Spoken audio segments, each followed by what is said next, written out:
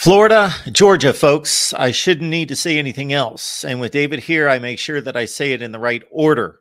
That's Florida, Georgia. Yes, it always means something, even when it doesn't mean anything to the standings. But hey, Gators only 3-1 in the SEC, so they can catch Georgia with a win and have that head-to-head victory. We got David Waters here from Gators Breakdown to discuss. David, how you doing today?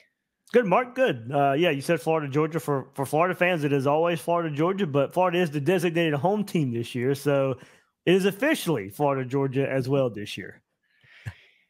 And for you, it's hate week. Yes. I grew up in the state of Georgia. This one means more to me than all the other ones on the schedule, Mark. So, I know it depends on where you live, or maybe how old you are, but for most Gator fans, it's either Georgia or it's either Florida State.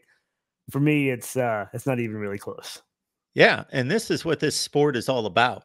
It's about that clean hate, folks that get offended. We're talking about sports hate, nothing serious, but hey, for those 3.5 hours, yes. And yeah, this Florida football team's 3-1 coming off an impressive comeback in the fourth quarter, in which Graham Mertz had the offense on his shoulders and threw for 423 and had quite the fourth quarter. And Ricky Pearsall, of course, with the game-winning touchdown grab and all the big catches throughout the day, most of them, and a huge day for him. Is that just an aberration in what needed to happen against South Carolina, or do we expect a little bit more of a passing offense going forward? Mark, that's the magic question. I mean, Florida had to do that. They were down 10 in the fourth quarter, and Graham Mertz had to put the offense on his shoulders. And look, that was even a question. Could he, in a scenario where he needed to, put the offense on his back, carry the team, and go in? And look, his passing numbers have been okay up to that point against South Carolina. His completion percentage has been really high, but not necessarily pushing the ball down the field all that much. But South Carolina played a lot of man coverage, gave Florida a lot of looks where if you wanted to go deep, you could go deep. And Florida went deeper, and Graham Mertz went deeper in that game, more so than they had in the past. And it pays off for a big come-from-behind victory in the fourth quarter there. But, now can he translate that? Can he translate that into a performance against Georgia? And, Mark, you go and look at the last few quarterbacks that have beaten Georgia. Look, not many losses on their schedule the last couple of years, but it's been your Joe Burrow, your Kyle Trask, your Mac Jones, your Bryce Youngs that have beaten Georgia. Nobody's putting Graham Mertz in that category, I don't think so. But, can he come anywhere close to put Florida in a position to win this game? So you look, and maybe Georgia's weakest parts of their defense is, quote unquote weakness of their defense, maybe stopping the run at times this year. And Florida's got a good stable of backs, but I think we know, Mark, Graham Mertz is going to have to go out there and play well and not turn the ball over. He hasn't so much so far this year. I think it's 200, off the top of my head, 207 attempts, I think, now without an interception for him. So he's going to have to go out there, play well, at times carry this offense. And you hope what he did versus South Carolina was kind of a precursor to what the Florida offense can be the rest of the season. Hey, look, it may not come about versus Georgia. That's how good they can be. But when you look at the rest of Florida's schedule, hopefully the South Carolina game was some kind of hint of what the Florida passing attack can be. Billy Napier made a lot of big statements after that win against South Carolina. It almost sounded like they were playing Tennessee or Georgia or somebody else. Was it really that big of a win, or was it more so we couldn't lose that game? We can't lose to South Carolina at home. He was making a lot of big statements about this is why you come to Florida. This was a statement win. This was a big win. And I don't know that he said statement win. I don't want to put words in his mouth, but he made some bold statements about how big of a win this was. Mark, in a lot of ways, it was just because Florida has struggled on the road. And that's where a lot of the exhale moment came out of Florida coming back from 10 points down and winning that game. It wasn't necessarily you beat South Carolina. It was, Florida has found ways to lose road games. They had all the momentum in the world last year coming off of the Georgia game. You beat Texas A&M. You pound South Carolina only to go on the road and lose versus Vanderbilt, not be able to keep the momentum, and then take the road games this year as well. Utah did not look great. Kentucky did not look great. Florida just needed to go and put a good performance out there in a win on the road. So it was more about, kind of getting rid of those bad memories of road game performances so far this year, going there and getting a road victory. And look, both teams probably desperate at that point. Florida, South Carolina at that time, both teams fighting for bowl eligibility with the rest of the schedule for both teams moving forward. It was desperation game for both teams in some ways. So I think Florida, it was mostly about going out there and getting a road victory, proving that they can do it. I don't want to put too much on this South Carolina game because, again, it's more about how the team is trending in various units. And so the defense obviously didn't have its best day. But overall, what are your thoughts about the defense's development? Yeah, they are a better defense than they were, Mark. Probably not as good as it looked versus Tennessee. They played out of their minds that night versus Tennessee in the swamp. And, of course, the 90,000 screaming Gator fans help in that regard as well. But the performance against Kentucky's in a lot of people's minds, giving up some big plays versus South Carolina as well. They'd settled down. I mean, South Carolina had some big rushes early in that game. It did settle down, but it was a lot of losing a one-on-one passing battles down the field where South Carolina's receivers made plays and Florida's defensive backs did not. Giving up explosive plays has been Austin Armstrong's calling card, even as defensive coordinator days at Southern Miss. That has continued here at Florida. A much better third down defense if they can get teams into third down. That's kind of been the problem. A lot of success on first and second down for some of these teams. So maybe this bye week, Florida, first of all, good timing on the bye week. Florida needed to get healthy at the linebacker spot. Shamar James, Scooby Williams, Taraja Mitchell's been beat up. There was a really good timing there for the linebackers. But more importantly, Billy Napier mentioned it in his Monday press conference before the Georgia game is they do have to get more discipline up front. Their gap scheme, they're on the edges where they've let those big runs against Kentucky happen. When they let those big runs versus South Carolina happen. So he said they spent 3 days last week during the bye week of trying to fix the issues that the Florida needs to worry about. Don't worry about Georgia. Don't worry about South Carolina. Don't worry about what Kentucky did. We need to figure out what we need to do, what we need to get better at moving forward. So maybe Georgia doesn't take advantage of you the same way those other teams did. So Florida did on the defensive side of the ball, Mark, went back up to a lot of fundamentals and kind of figuring out themselves out. They are a better defense, but now, with this stretch run coming in November, they really need to elevate their level of play. Georgia's a better football team. We know that. That doesn't mean they're going to win the game, though. And we've seen them struggle against teams that are in that similar category with Florida. So everybody wants to see Georgia play an elite team, but that's not going to happen for quite a long time. So here they go against another Auburn, South Carolina. Those were real struggles. Now, Kentucky, they're in that same class, and they were focused, and they came out, and maybe they woke up in that game.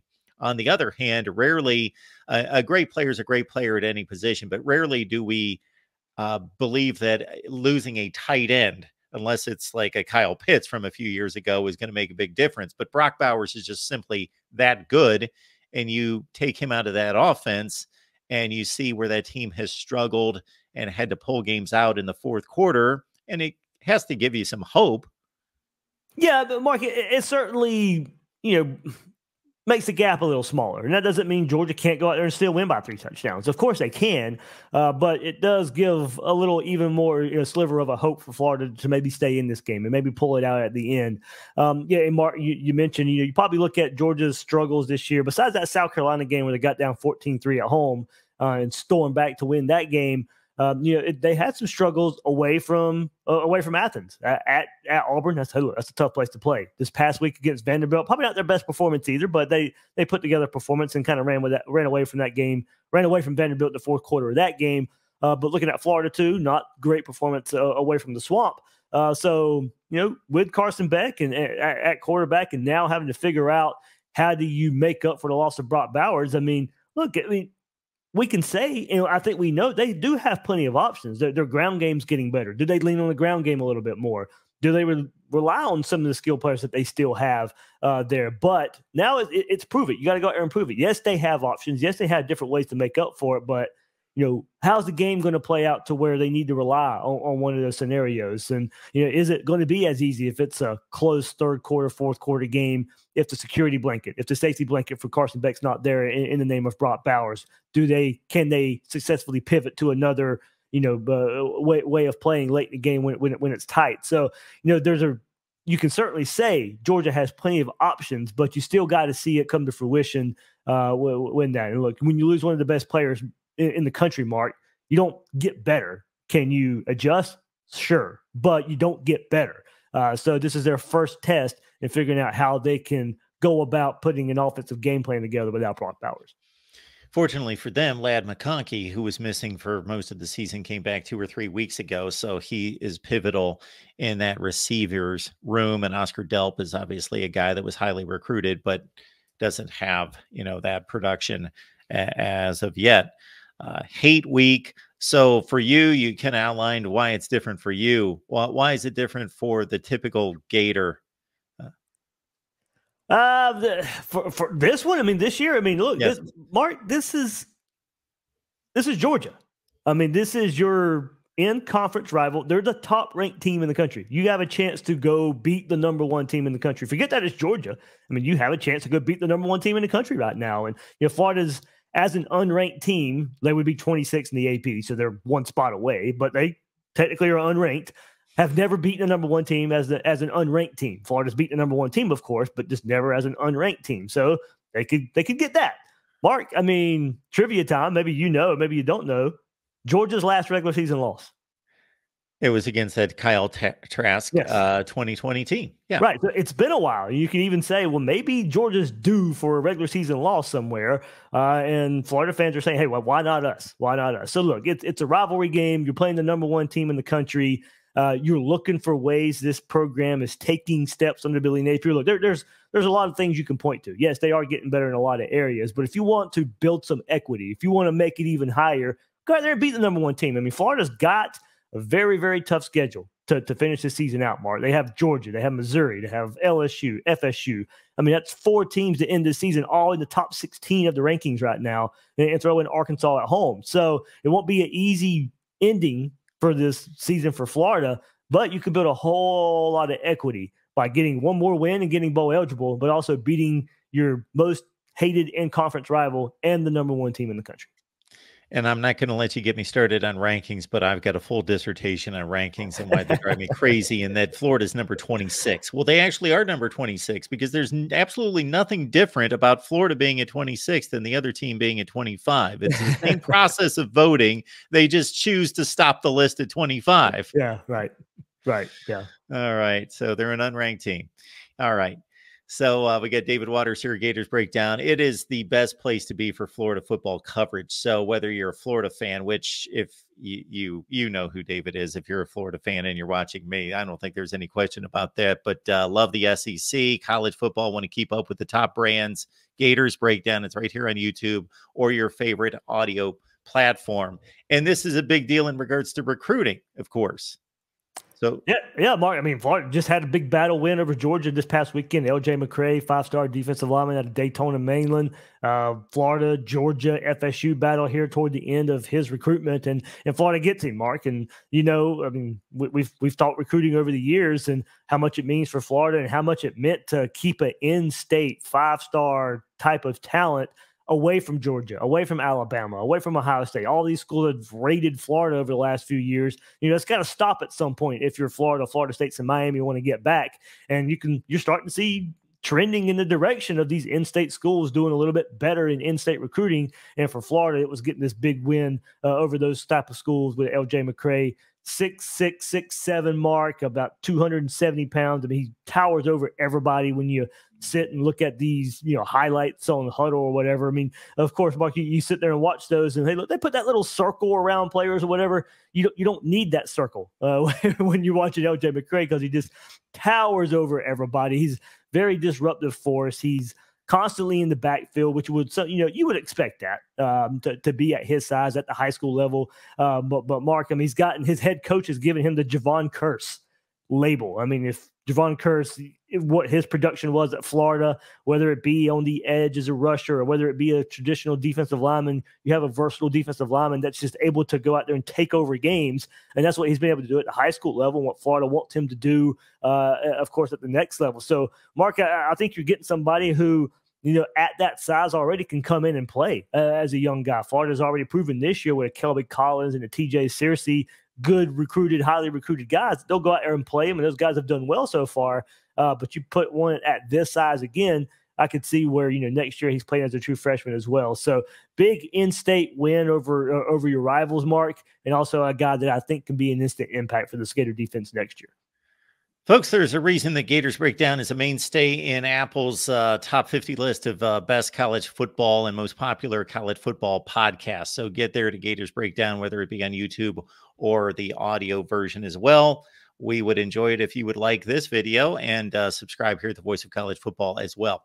Well, what Kirby Smart is concerned with right now, and all Georgia fans and coaches and everybody, is that one of the best players in the country is not available for roughly 4 to 6 weeks, from what I understand is the estimation right now. So when we talk about tight ends, sure, every position, every player can be important, but that's not usually a position that we think, okay, an offense runs through a tight end, but this guy's just different. Yeah. And when they've needed him, he does kind of run that offense and is a central figure, as we saw against Auburn and countless times the last 2 or 3 seasons. Yeah, I mean, Brock Bowers is just different. I mean, I've never seen personally seen a tight end that can do as many things and do as many things well, as that young man can. I mean, just plus the toughness, the physicality, everything about it that he brings, to the field is it's going to be missed. Now, of course, Coach Smart's been asked about, this extensively in the past 2 weeks since the injury happened at Vanderbilt, and he'll swear to you there are no, quote unquote Brock Bowers plays in the Georgia arsenal that they can run those same plays with other players. Problem is, they don't have many 6'3", 245-pound guys who can run a 4.5 like Brock can. So there's no question he's going to be absolutely missed, and that's I think a huge break for Florida, knowing they don't have to worry about covering a guy who last year had like 5 catches for 154 yards, and had that great tip catch he had for a touchdown, last season. But the question now is how will Georgia, again, distribute the football, and you're going to have to see these wide receivers kind of step up now. They've got plenty of guys, plenty of still, they still got a lot of skilled players, but not having Brock Bowers is there's no way you can say that's a good thing for Georgia. They may not have any Brock Bowers plays, but I'm guessing that there are certain plays in the playbook that they don't call quite as often when he's not there. Yeah, no doubt. I mean, number one, just to get into football, that's really all you got to do. We've seen him make some just crazy catches. With in the Auburn game, for example, he had 2 back-to-back one-handed snags where you're sitting there just like, man, how did he just make that happen? But that's what you're used to seeing with that guy. And again, that's something that's definitely going to be missed. So there's been 2 games that obviously where Georgia got tested: South Carolina at home, Auburn on the road, because to look at this matchup against Florida, face value, 2-touchdown favorite, it doesn't appear as though it's going to be a super, super competitive game. But Florida's on that same level with an Auburn, with a South Carolina, or maybe better. They took out South Carolina on the road a couple weekends ago, and they've had a bye week to get prepared for Georgia. So they do present a problem. They got 2 of the better running backs in the SEC with Montrell Johnson and Trevor Etienne. And then on top of that, this last game, they were down by 2 scores in the 4th quarter and had to rely on Graham Mertz, which not a whole lot of people are confident in that, but he came through for them. Yeah, well, you look at the stats, Graham Mertz is, leading the SEC in the completion percentage. I think he's like at 76% of his passes, he's completed this year. And that's an offense that's gained a lot of confidence the past 2 weeks. Granted, the games were against, Vanderbilt and South Carolina, which, again, gave Georgia certainly all they could handle, being up by 11 at halftime before the Bulldogs were able to come back. But it's a good Florida team. It's still a program that's taking steps to start to do a little better job recruiting. But there are areas I think that Georgia, they feel they can exploit. I mean, look at the trouble that the Gators had stopping the run against Kentucky when Ray Davis had 280 yards rushing. They've got Kendall Milton back, healthy now, and I believe you're going to see him and Dejon Edwards. I think they'll both have good games. I really doing this, but keeping Mertz all schedule, that would be the number one priority, for the defense, along, with slowing down the running backs that you just mentioned. But, going to be a good game, but I just still think Georgia, even without Bowers, has maybe just a little bit too much offensive ability in Florida right now. Yeah, I mentioned the two subpar performances, but to be fair, since then they came out Yeah. like gangbusters in a Kentucky Sure. game that a lot of people were looking at and thinking, okay, this might be the one where they get picked off. But man, they must have known that we have to be on it. People are predicting an upset or predicting more of a close game, and man, they were just a dominant team, and then just pretty much took care of business against Vandy.